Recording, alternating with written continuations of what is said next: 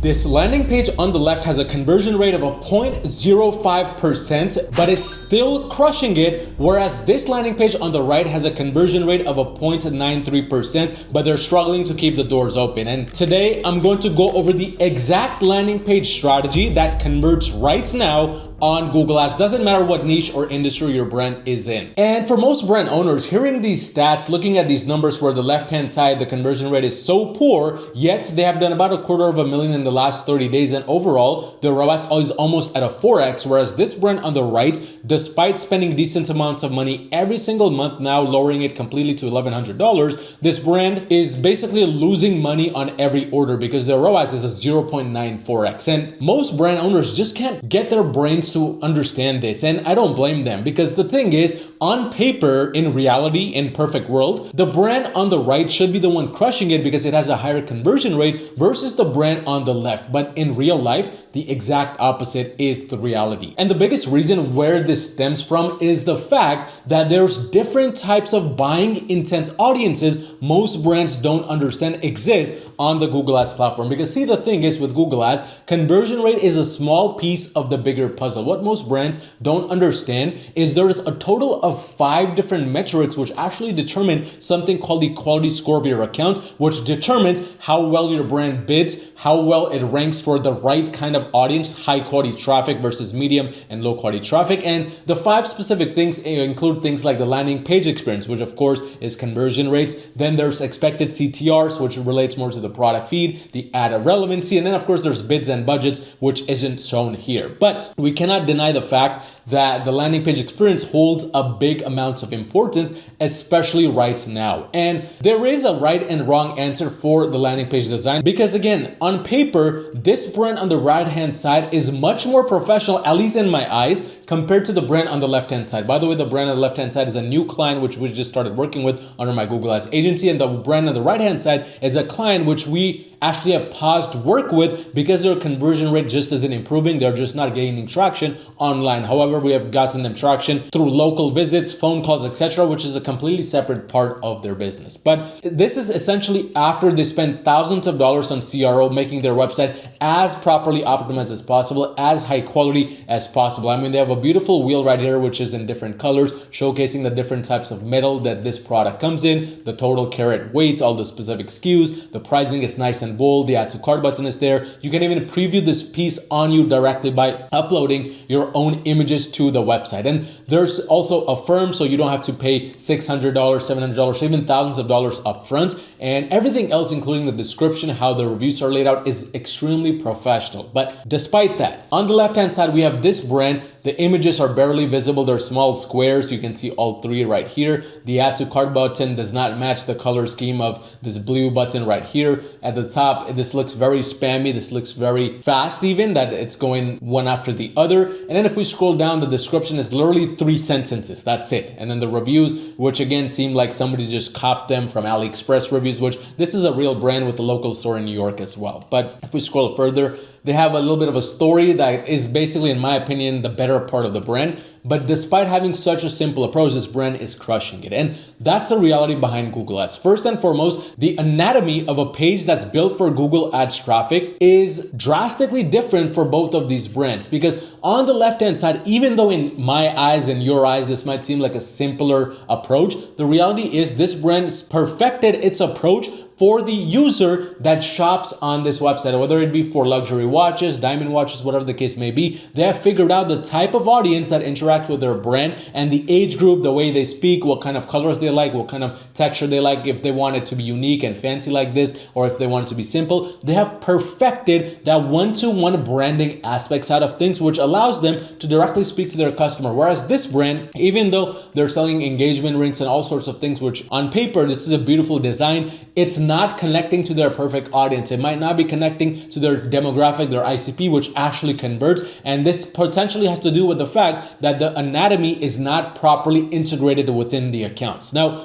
one key thing you want to understand for both of these brands is Google traffic is searching. this approach, which looks more suitable for meta ads, is where the interruption pattern is ideal, where somebody goes on Meta, then they look at the ad directly, then they land on the landing page. Whereas on the left-hand side for this brand, if somebody is looking for diamond star earrings, for example, they go on Google and they type in diamond star earrings, they are already sold on the fact that they want earrings. That buying intent is very different from the meta buying intent, where it's more education based. Maybe it's more medium buying intent or low buying intent. This business, I know because again, we work with them, is more aligned with everything else besides Google Ads traffic. Whereas we recently kind of helped them do the full CRO audit, get things changed in terms of the CRO side of things. But the beautiful thing about this product page is the fact that everything is above the fold, everything is right smack there for you to understand without having to do any sorts of scrolling. Whereas on the right hand side for this brand, at least on the desktop view, we can see that we have to do a bit of scrolling to find all of the images here that are laid out. Then we have to understand further by opening these buttons, which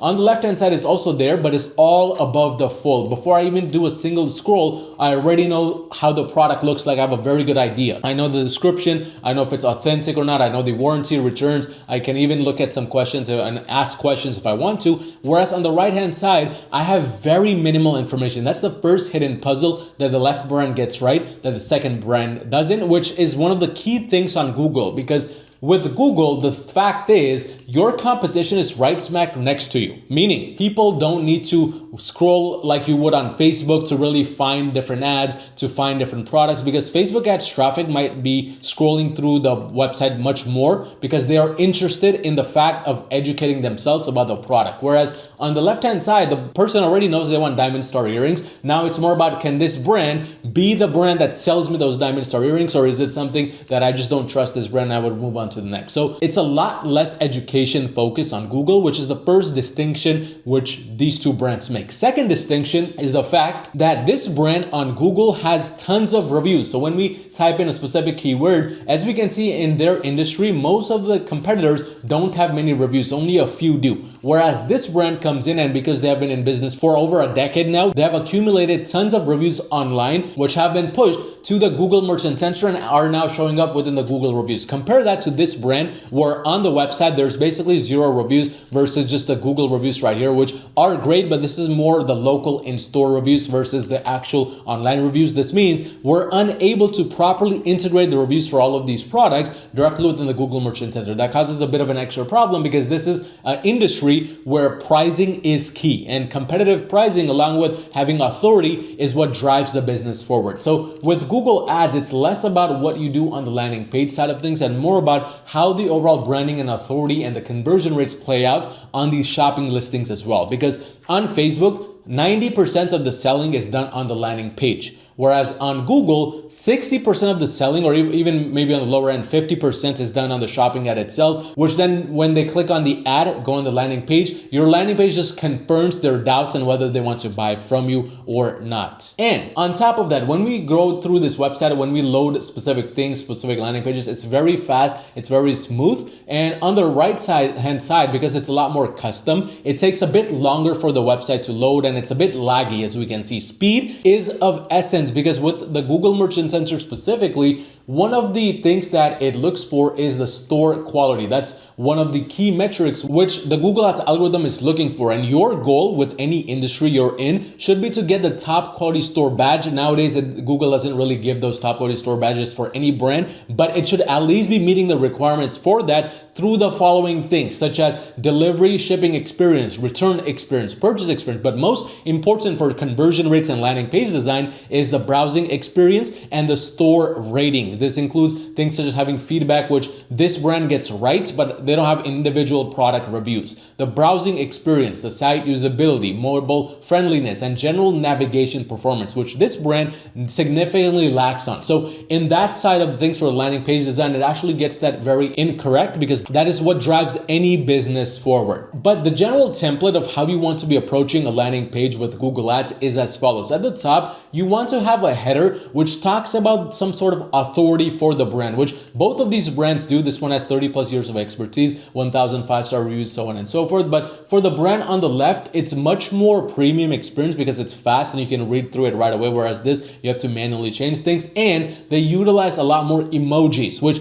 in the modern day and age, emojis is what attracts people's attention. From there, moving down the list, you should have a general menu, which is basically easy to understand, but also build a bit more authority about your brand. Imagine this. You have a brand on the left-hand side, which is talking about jewelry, chains, bridal, events, meaning this brand has some sorts of interviews, events that locally have happened. Whereas on the right-hand side, this brand has things like the different product collections, and they have services, then they have about us, Instagram, visit our store, etc., which is more on the standard level for a brand in this industry. For yours, it might be different. You might not have a local store. But in 2026, what works with Google Ads, at least for the audience that converts on Google, is the fact that you have some authority building segments within your menu, which makes people understand that, hey, you're not just a product seller. You have maybe a blog page. You have maybe some sort of recurring membership. Maybe you have some sort of articles written about your brand. Whatever it is, you want to show that off in the top menu because that's what is working right now. And then when you go down the list a bit further for the main collection side of things, the main product images, titles, the main goal should be simplicity over complexity. This is something that the left-hand brand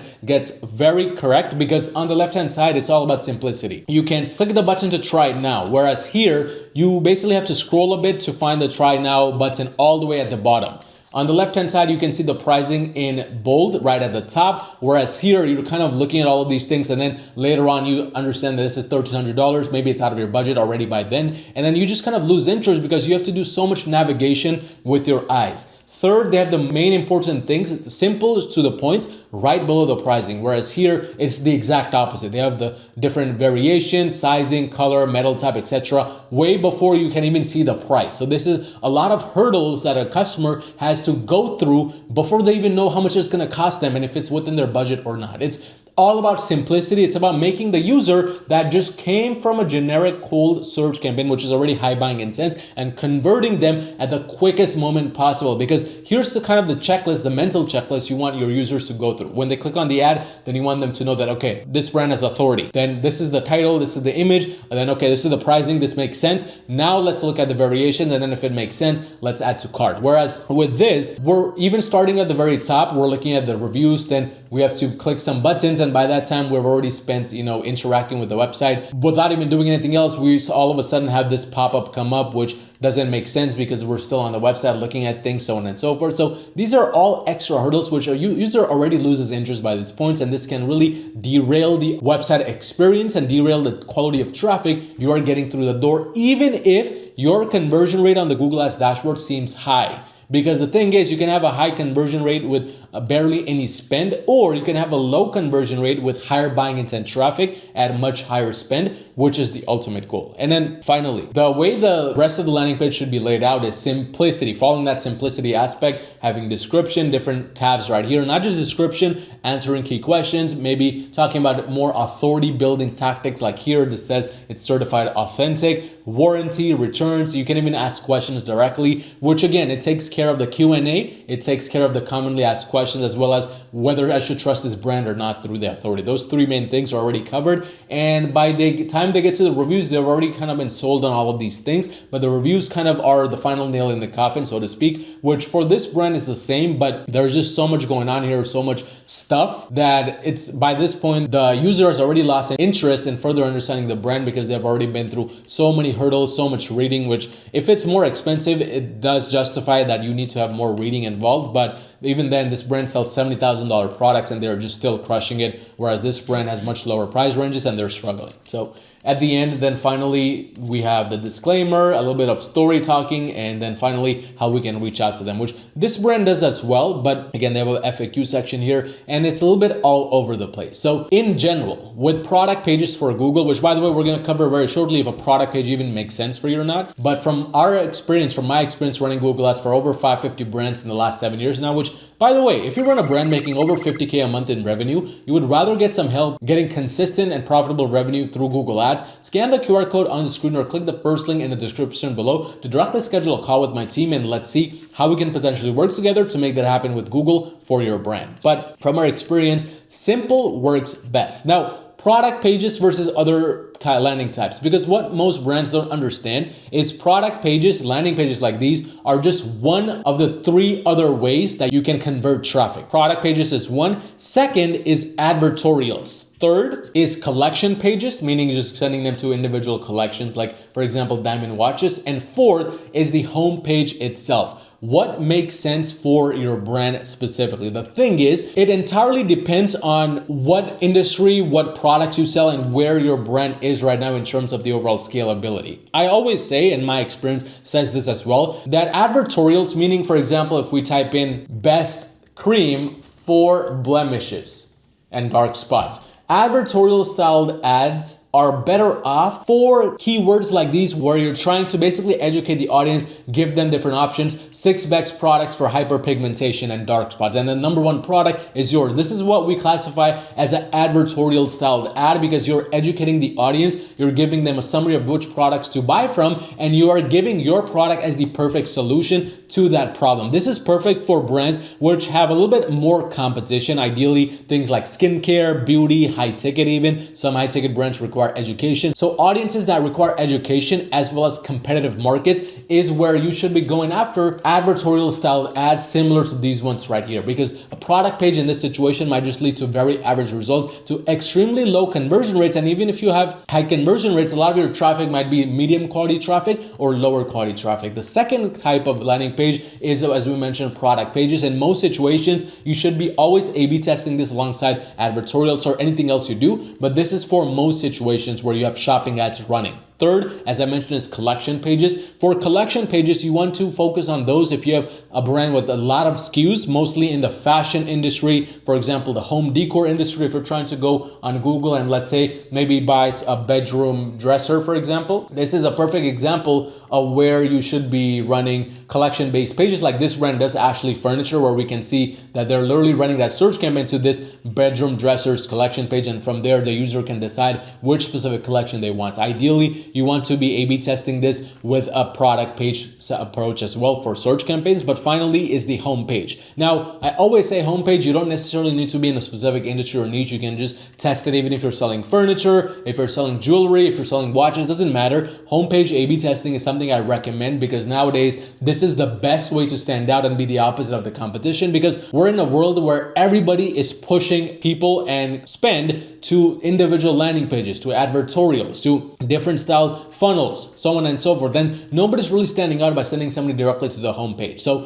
if you run maybe a one product store, if your homepage is extremely well designed, has a lot of imagery, has basically a lot of storytelling, that's going to be the perfect approach for you, especially with a search campaign and with a YouTube campaign as well. But here's kind of the main factor that you need to understand when it comes to conversion rates, when it comes to landing pages with Google Ads, because the perfect landing page with Google Ads is a landing page that plays hand in hand with your product feed. I'm talking the product titles, I'm talking the product images, because the reality is it doesn't matter if you sell bedroom dressers or anything else, your image, your title, what you have in the Google Merchant Center, if you have any offers, all of them should match what appears on the landing page, because if there's even a 1% discrepancy, that can lead to a 10% loss in total net traffic and total number of conversions on a monthly basis. Because the thing is, one of the main differentiating factors that makes good brands excel with a proper landing page like this one versus a brand that supposedly has a very good landing page but still struggles to scale is the fact that one is basically appeasing to the quality score and the other has some parts that are missing. Ideally, the other 4 parts that we mentioned beyond just landing page experience, which could be expected CTRs, the ad relevance, and so on and so forth. And this all ties back to the quality of the product feed, whether you have done proper research to incorporate the right keywords on your landing page, to have the product titles filled up with things that are on the refined results section on the left-hand side, because this is what truly makes a landing page perfect when it comes to Google Ads. Because the reality is, with all of this,